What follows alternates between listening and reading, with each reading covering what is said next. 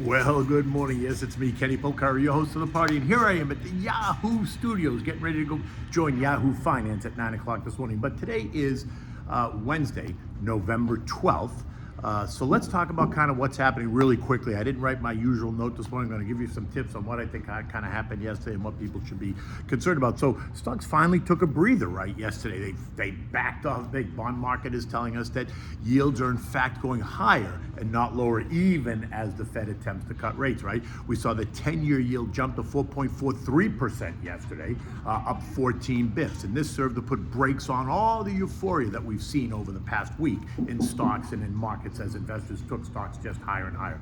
Additionally, today brings the October CPI report, and Friday brings us the October PPI report. Now, what's interesting here is that the CPI report is expected to be a non-event, right? Unchanged month over month and year over year, expecting that inflation just remains tame. But Friday's PPI report is expected actually to tick higher on all measures, both top line and core, on month over month and year over year. And this is potentially an issue because the PPI is the cost of producing products that they then sell to you and me. So next month's CPI could show an increase in cost, as it usually takes about 4 to 6 weeks for the increase in producer prices to reflect themselves in consumer prices. So we might expect to see CPI elevated next month if Friday's PPI is elevated this month.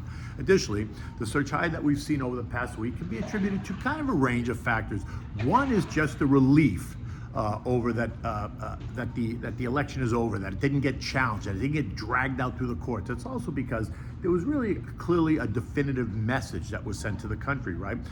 Voters apparently thought that we'd gone too far to the left and they had enough about it. They really kind of want to come back to the middle, where I think the bulk of the country is. But like anything, like stocks, the pendulum always swings too far to the left, and then it overcorrects and swings too far to the right.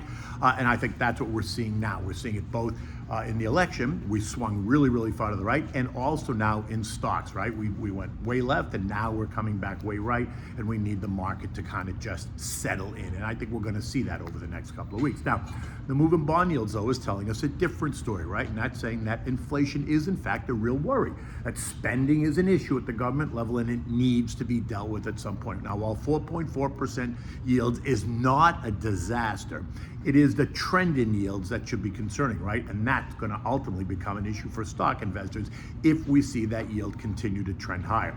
The move in yields is also sending the dollar higher, and that's putting all kinds of pressures on commodities. I mean, look what's happening to gold, oil, and the BCOM, which is the Bloomberg Commodity Index.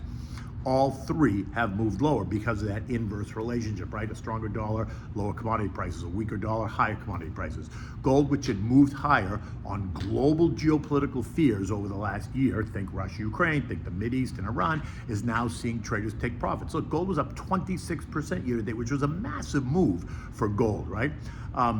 But this pullback that we're seeing now, I think, is temporary, because if inflation reignites, then gold is once again going to become a hedge for investors. But for now, traders are taking money off the table on the idea that a Trump win can end these conflicts around the world. Now, for investors, I'm not chasing tech way up here, right? But on a significant pullback, I would certainly be adding to key positions. But significant means you got to have like a 15 or 20% correction in those names, right? Not in the index, in those names, right? Utilities, I'd be buying utilities, not necessarily because of the divvies they pay, which are decent, but because demands for electricity are that we're going to continue to see, not only in data centers, functioning AI around the world, but in all the new housing that's going to be created. New homes demand energy. So for me, utilities are a safe play and a place to put some money if you want to add some stability to your portfolio. Consumer staples, certainly if we go back to, if inflation gets heated up again, consumer staples are going to be a place to always also put some money. Besides, they're also good dividend pays. Financials are going to do well because of less regulation. Industrials and basic materials, all because of the rebuilding efforts that are going to take place, not only across the whole South, but really all around the world. As we see, U.S. rebuilding efforts in places like the Mideast and in places like Ukraine are all going to demand construction and building materials and industrials, and we can be sure that U.S. companies will be part of that. In any event, I'll be on Yahoo at 9 o'clock. Until then, take good care.